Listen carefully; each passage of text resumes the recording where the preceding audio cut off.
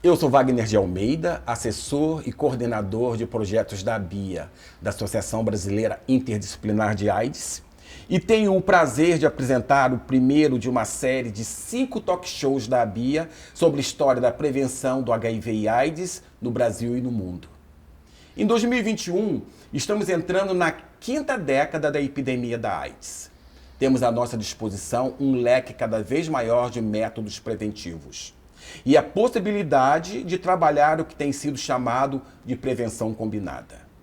Mas, para entender o significado de prevenção combinada e de pensar melhor sobre como podemos refazer a prevenção da AIDS na 5ª década, também precisamos saber como é que chegamos aqui e como foi o caminho que trilhamos até aqui.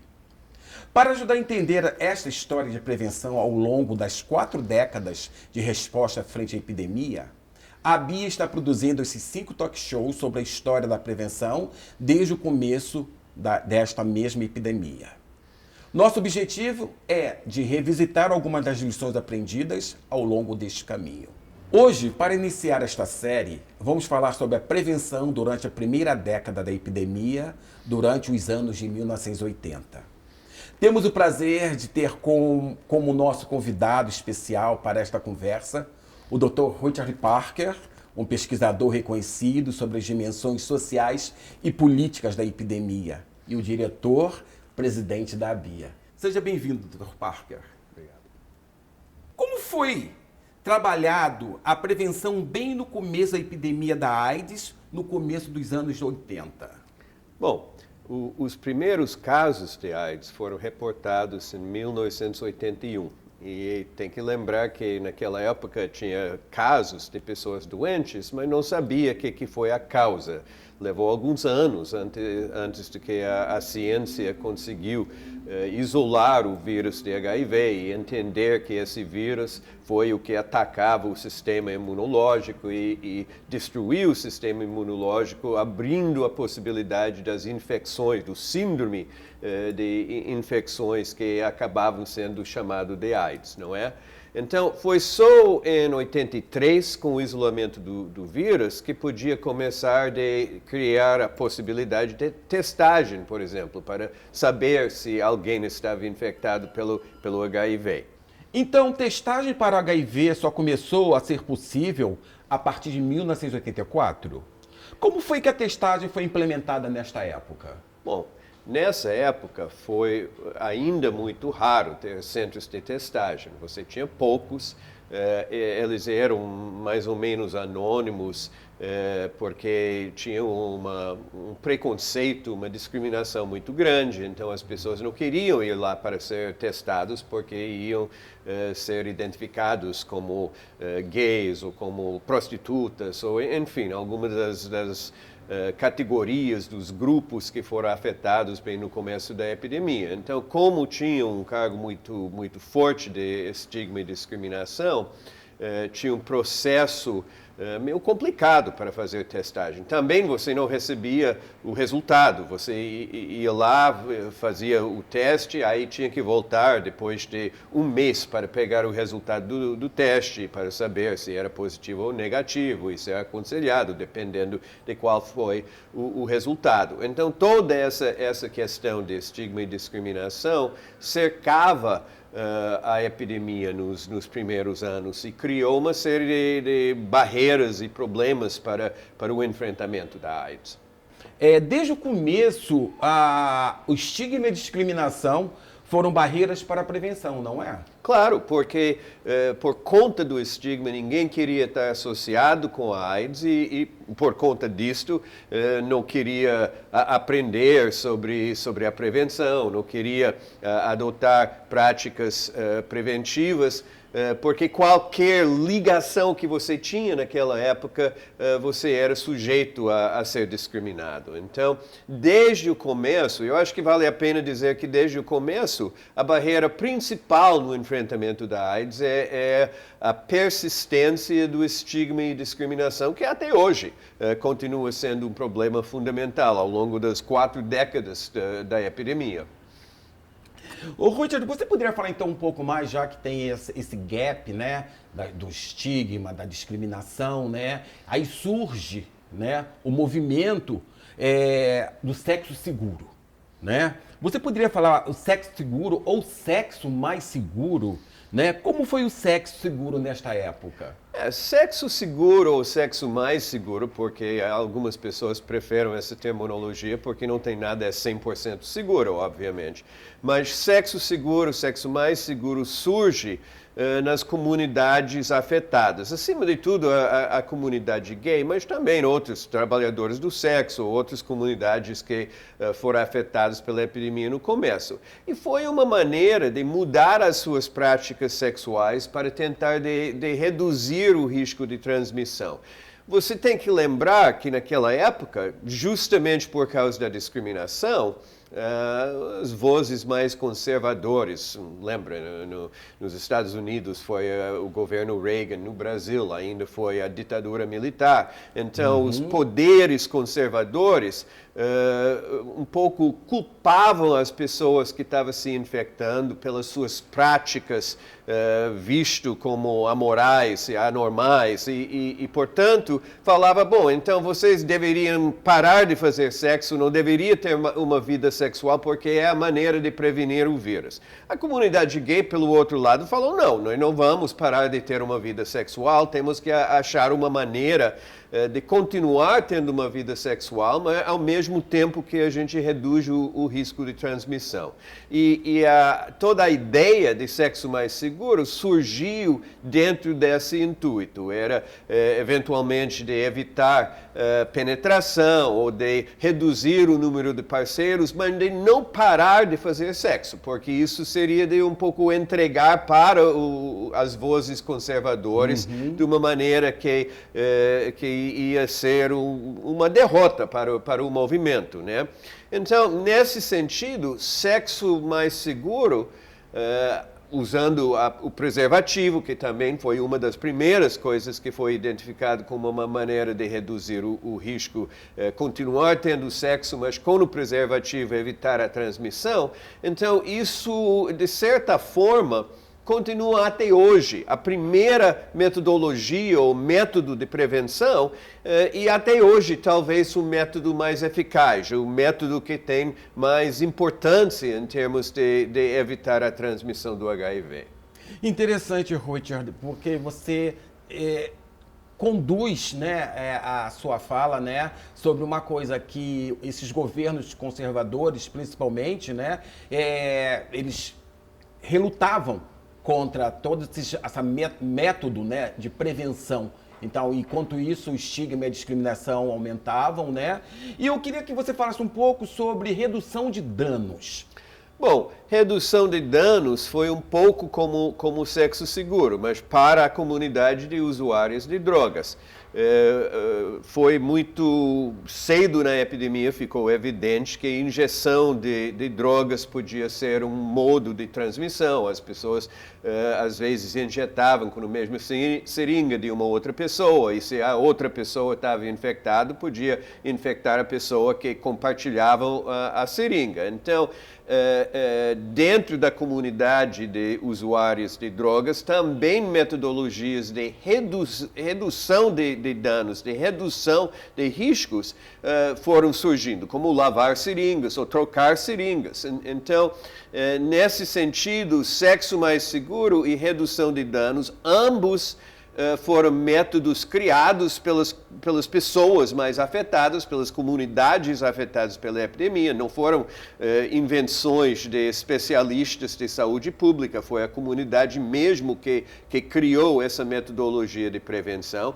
E até hoje, 40 anos depois, eu acho que esses dois métodos de prevenção talvez são entre os mais eficazes em termos de diminuir a transmissão de HIV. Então, essa resposta comunitária, o fato que a prevenção surgiu das mãos das comunidades afetadas, eu acho que isso é uma das características da prevenção do HIV que é especialmente importante para enfatizar. O conceito de redução de danos foi aplicado também para a prevenção de transmissão sexual? De fato, sexo mais seguro e redução de danos, ambos têm uma lógica muito parecida, que é de reduzir o seu risco sem abrir mão ao seu prazer, não é? Então, redução de danos foi um conceito que surgiu no contexto do uso de drogas injetáveis, mas foi rapidamente aplicado também para questões sexuais, de reduzir o número de parceiros sexuais, podia ser visto como uma forma de redução de danos, ou de mudar as suas práticas, ficar na masturbação mútua em vez de penetração, por exemplo. Seria uma outra maneira de redução de danos, porque você reduz a possibilidade de transmissão e, portanto, reduz os possíveis danos que podia acontecer com a sua prática sexual. Então, nesse sentido, a lógica é bem parecida e podem ser aplicados nos diferentes contextos.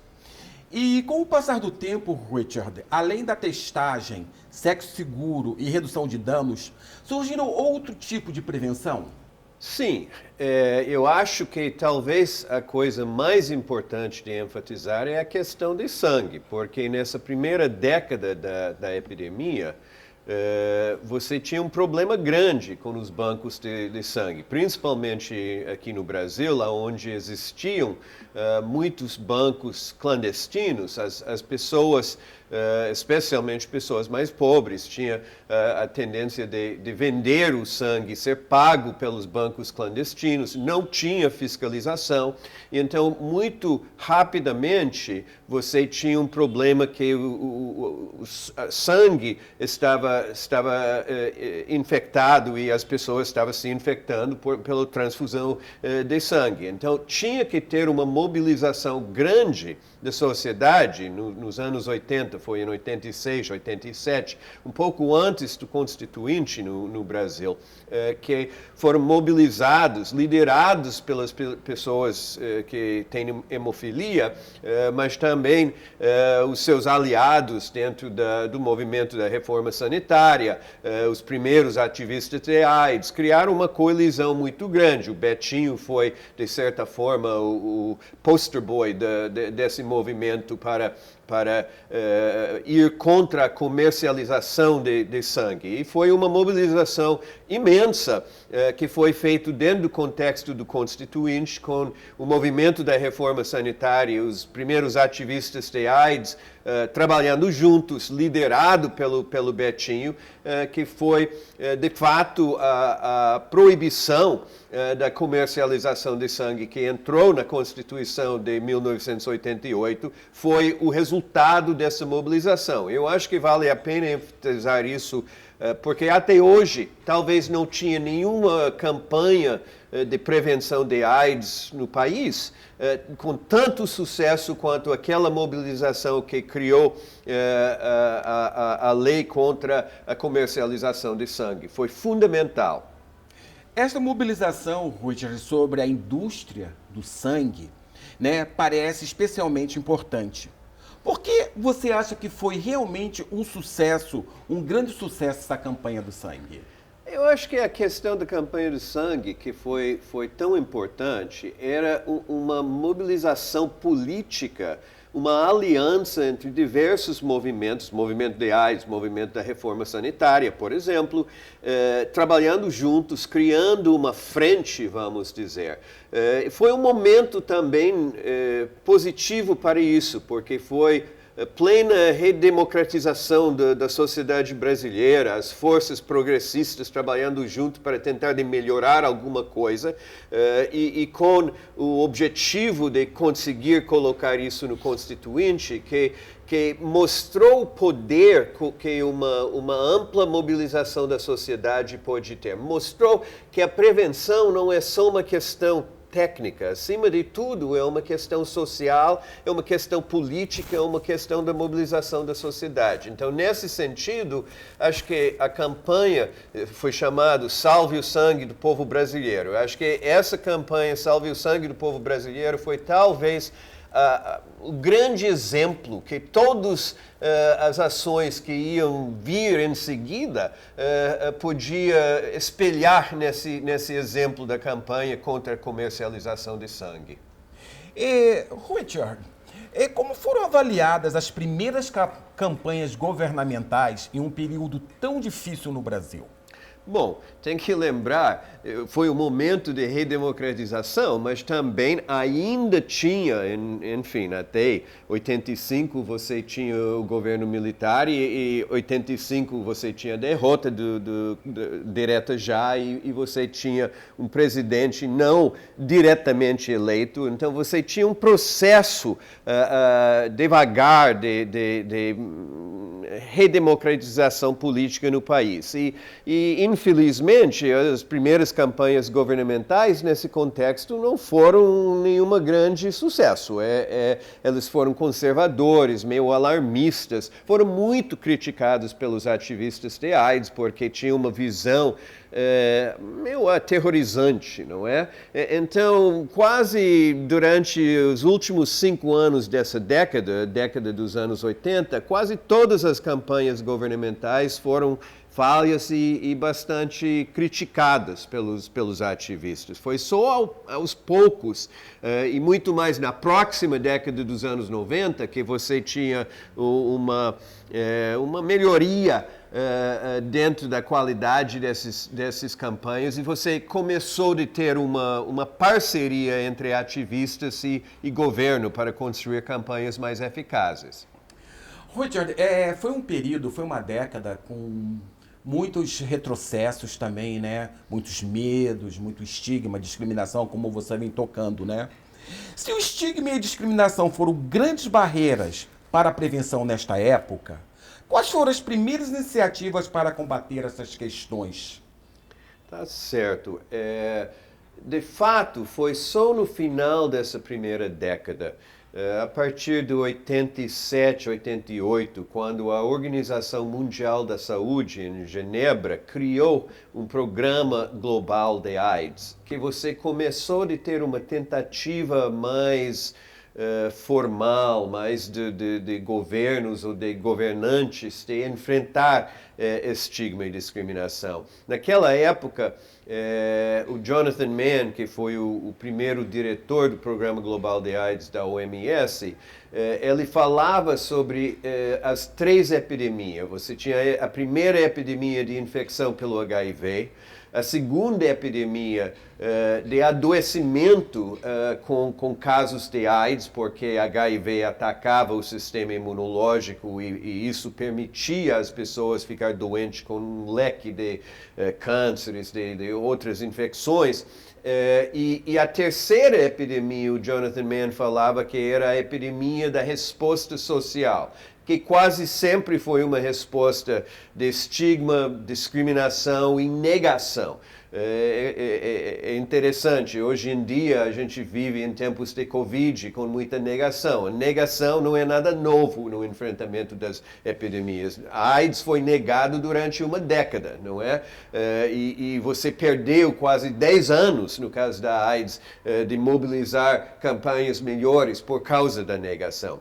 Mas essa tentativa de pensar sobre estigma e discriminação e negação como uma terceira epidemia e, portanto, de desenvolver intervenções, iniciativas para tentar enfrentar estigma e discriminação, começa então nesse finalzinho dos anos 80 e na próxima década, nos anos 90, aí começa a ficar muito mais forte. Eu queria te agradecer imensamente, Richard, pela sua participação, trazendo essa parte histórica dos anos 80, da epidemia, que devassou tantas vidas, né? Levou tantos amigos, levou tantas pessoas, né? E o mundo realmente começou a enfrentar uma epidemia realmente letal. Muito obrigado e aqui terminamos nosso primeiro talk show produzido pela BIA, Associação Brasileira Interdisciplinar de AIDS.